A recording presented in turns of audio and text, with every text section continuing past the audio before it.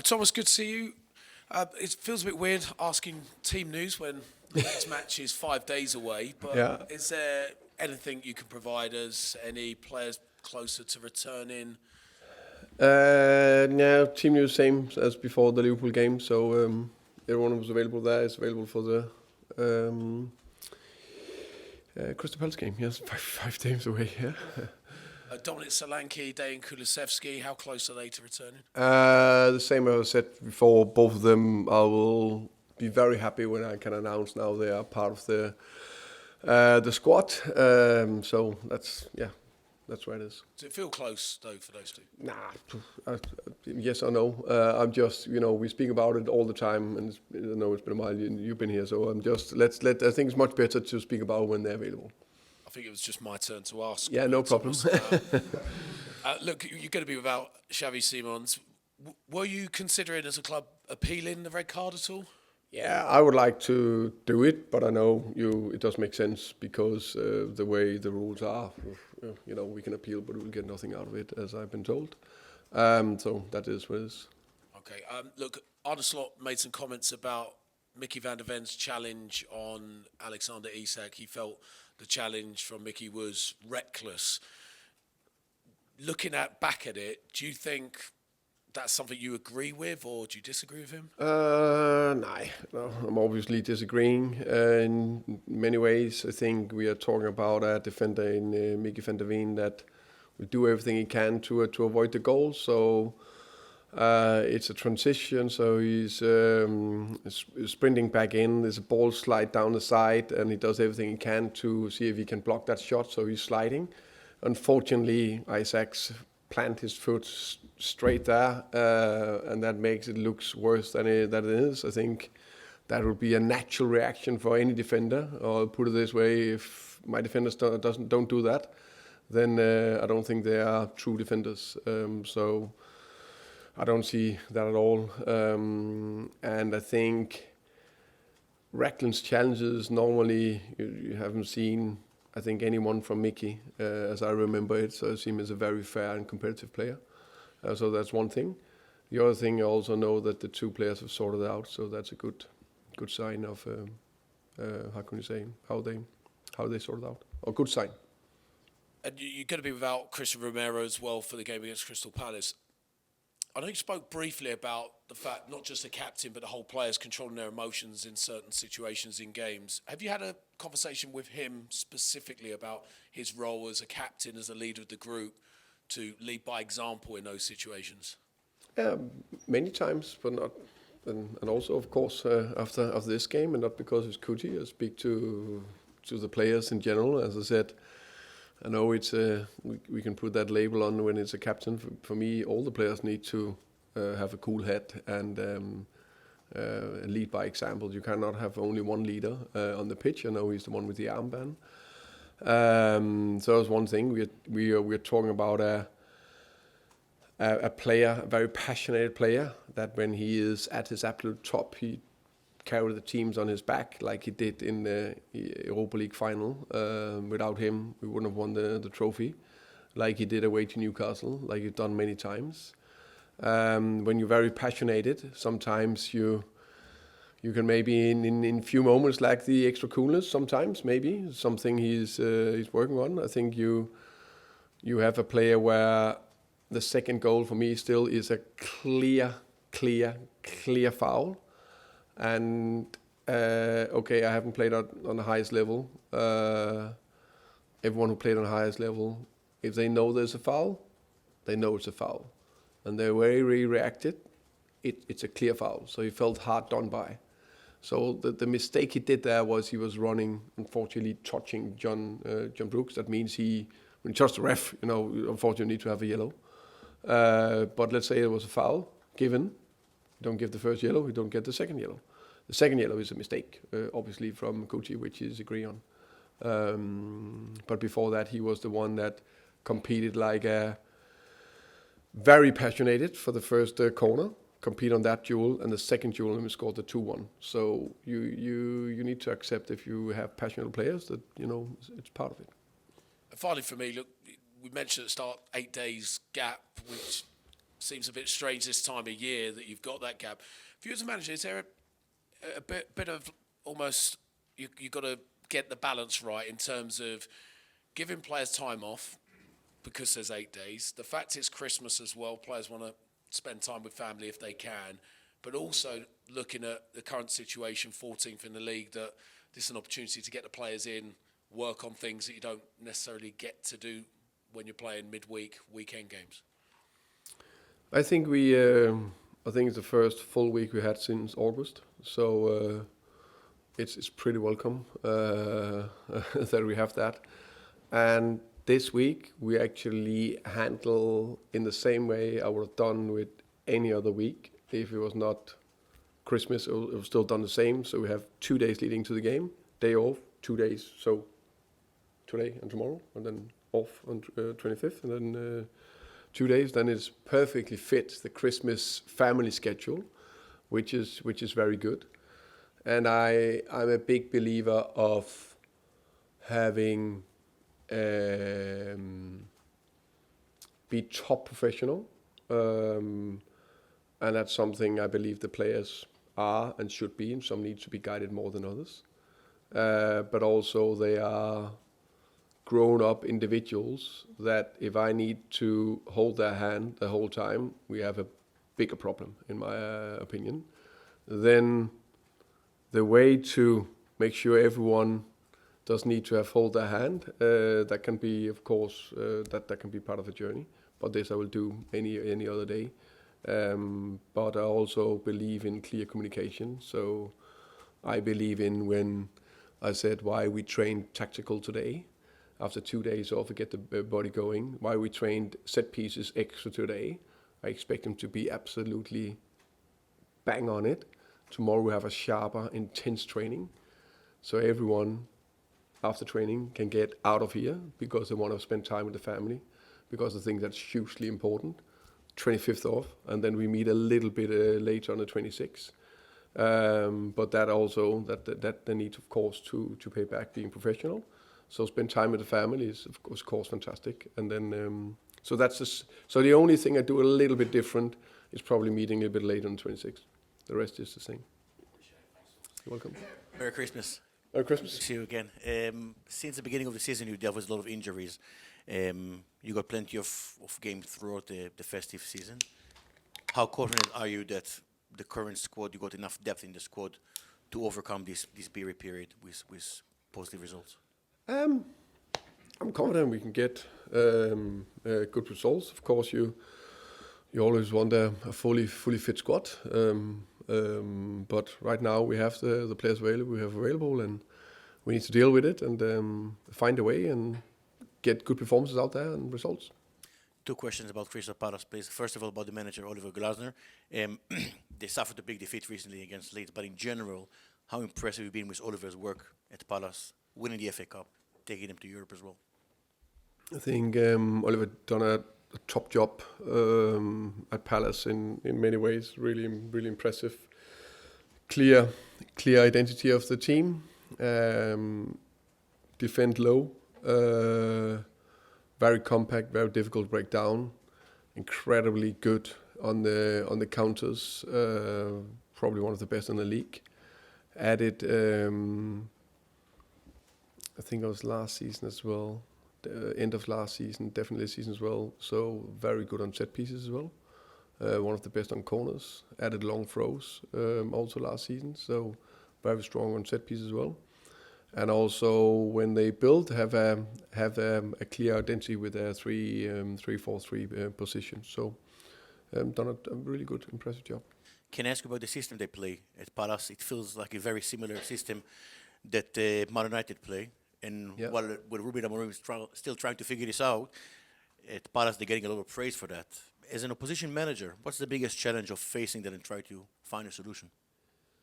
I think there's a lot of similarities in the way the two are approaching it. If I'm honest, that's a little bit different. I think one is more zonal, the other one is a little bit more man-oriented defensively. But on the ball, a lot of the same patterns. But you can't compare Man United and Crystal Palace. It's two different beasts. Hi Thomas, how are you? I'm good, thank you. Apart from the results aspect, from the outside it looks like your team is an angry team, a team that needs to maybe learn how to just keep its emotions in check. We've seen a few times this season examples of that, maybe when the players came off the pitch and didn't shake your hand. Again, we saw it on Saturday when you talk about the captain going up and touching a referee. Is that a fair comment that maybe while being intense and wanting to give everything for the shirt, they just need to calm down a bit? I understand why you asked the question, because that was definitely the topic after the game, which is probably fair. I think it's two different situations. If you are talking about a player that's a little bit disappointed by seeing subbed off or disappointed with his own performance or whatever it is, I think that's two different things. I think it was more fair if it happened 2 to 3 times the season, what happened in the game. I think it happens sometimes. If you don't play with your emotion, don't play with passion, you don't play to win, then of course you also need to have a cool head. Of course, that's part of it. So the answer is no. At Brentford you have very different players to the players you have now at Spurs, but I don't sometimes recall quite feeling like this after games and you having to speak about this after games. No, I think you're right. But again, I can't remember. Even now, we played a lot of games this season, so I can't remember another game like this. I think this was hopefully a odd one out, I must admit. And finally from me, is this the most difficult time you've had as a manager? This kind of 4 or 5 months that you've had here? Because generally at Brentford, after the opening 10, 12 games, it was just success all the way. It hasn't been like that here, and I know you said at the beginning of the season you expected to lose some games, but you probably didn't expect to be sitting here at Christmas in 14th in the table and with a home record that is not very good, to put it politely. This season or in general when you speak about this season? Okay, thank you. I think that's important. I can only affect what I can affect. I may be good, but I'm not that good.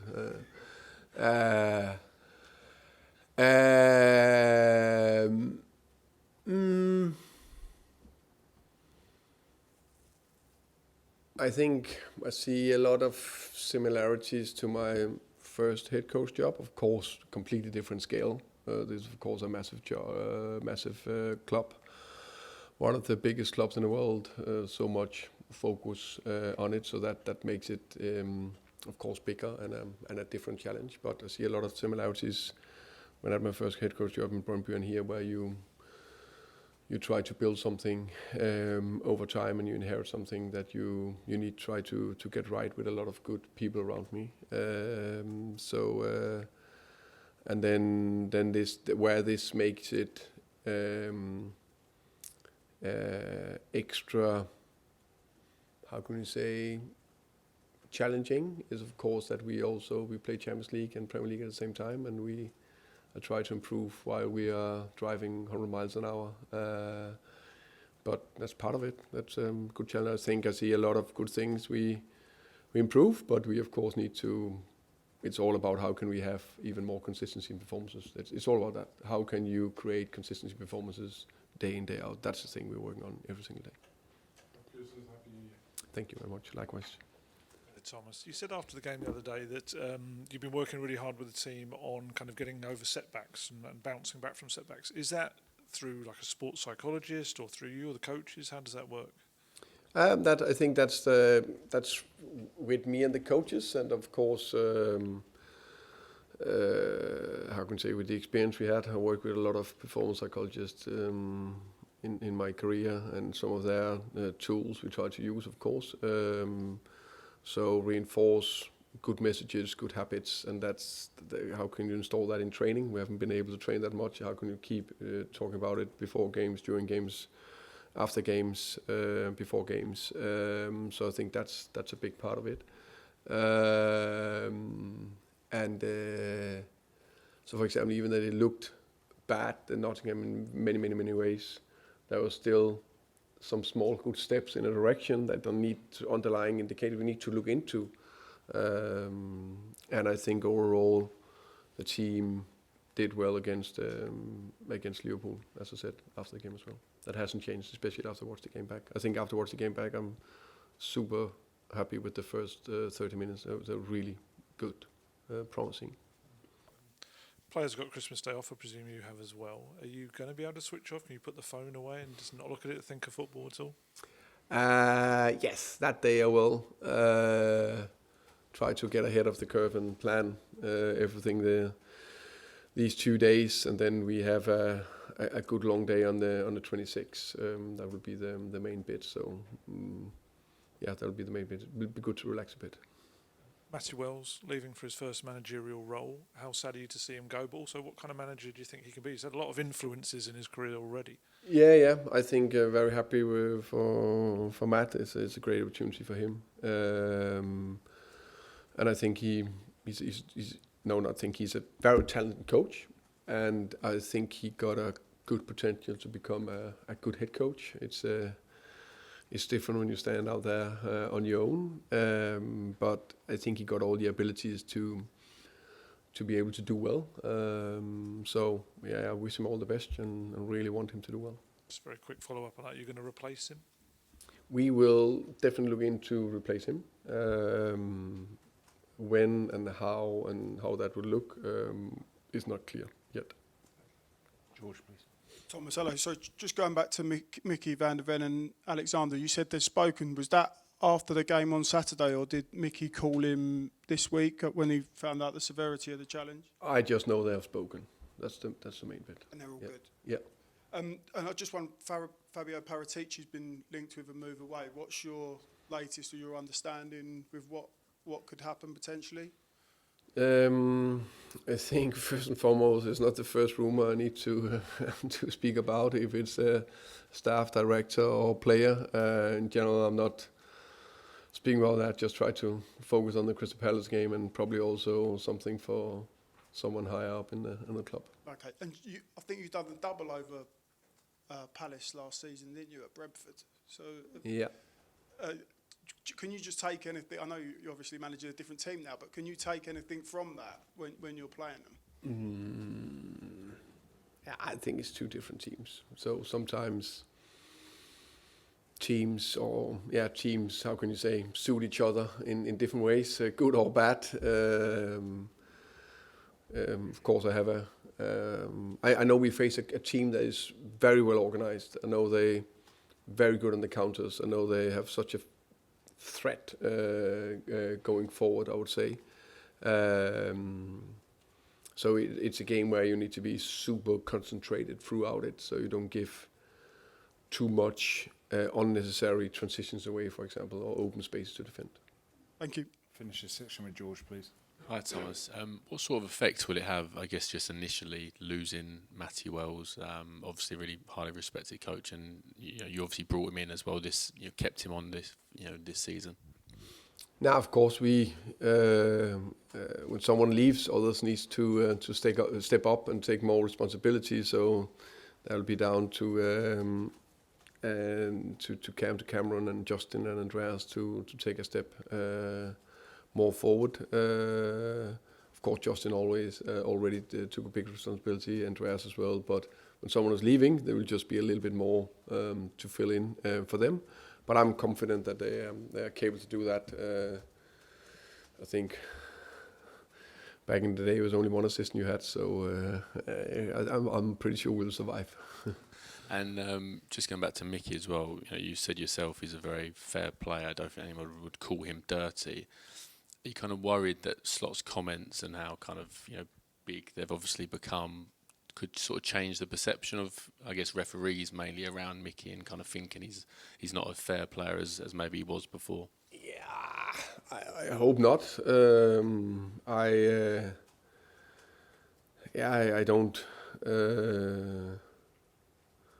I don't really understand the comment, but that's not for me to be too clever about. I just think if you look at that, there's not too much in it, and it's the first time, as you said, so I don't think it'll be a problem. And just finally, in terms of Fabio, have you spoke to him since Saturday? And if you haven't, is that kind of normal? You're not sort of talking to him every day. You have different roles, obviously. No. Yeah, we spoke after the game. Spoke both to Fabio and Johan. So yeah. But these days, Christmas. So I think everyone, when you have the privilege to be able to work from home, in this case, Johan and Fabio, I think it's fair they do that. Hey, we'll end the broadcast section there and move on to the